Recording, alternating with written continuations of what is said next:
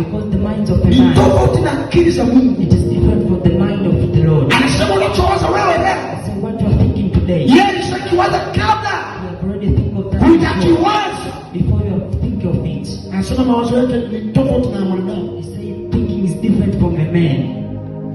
Maamuzi yake ni tofauti na maamuzi ya mwanadamu. His decisions are different from a man.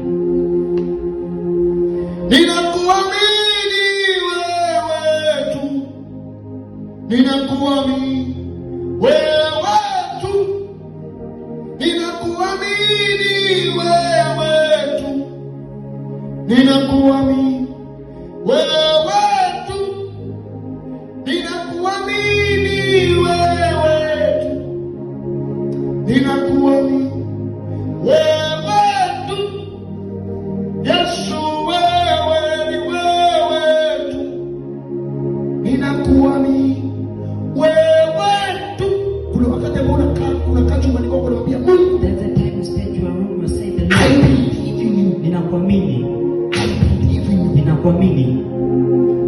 Hakuna wezaye kuja kwenye maisha yako There isn't anyone who can come to your na life kukusaidia and help you na kukubadilisha and change you, na kukufanya kuwa kitofauti to make you to be kama different. Mungu If the Lord, hajakuruhusu He has never mtu huyo allowed kuja kwenye maisha yako. this person to come to your life.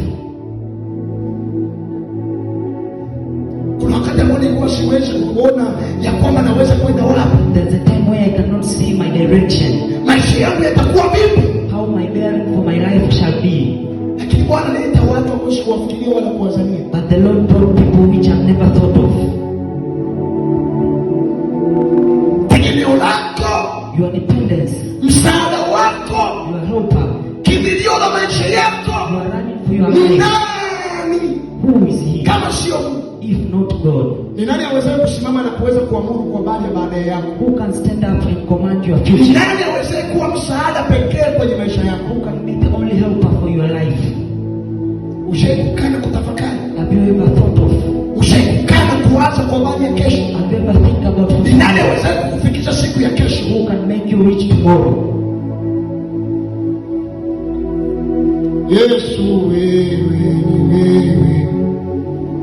Anasema wala usitegemea akili zako. If you do not depend your mind, Kuna watu wamekuwa ni watu wa kutegemea akili zao wakati wote. there are people who they are depending their mind for all time. Watu wamekuwa ni watu wa kutegemea akili zao wakati wote. They are depending their mind for all time. Fahamu zao Their thoughts, na hawajawahi kufanikiwa. they have never prospered. Mtu yoyote ambaye amekuwa akitegemea akili zake kuliko kutegemea Mungu aweze kumsaidia kwenye maisha yake, huyo mtu hajawahi kufanikiwa. Anyone who depends for his mind, they have never prospered. Hali hata unapojaribu kufanya unapojaribu kuapply labda kazi mahali fulani, When you try to apply for a job in a place, unaenda tu imani, unaenda na hujawahi kuomba kwa baada ya kibali mahali hapo, you are just going and you have never prayed for a favor. alafu unategemea Mungu aweze kupata kibali cha kukubalika mahali hapo. Ni nothing. Then you expect the Lord can give you. Ninaushinda watu ambao walikuja kuomba kanisa, naomba niombee kwa baada ya kazi, naenda kuapply mahali fulani. I have testimony about people who came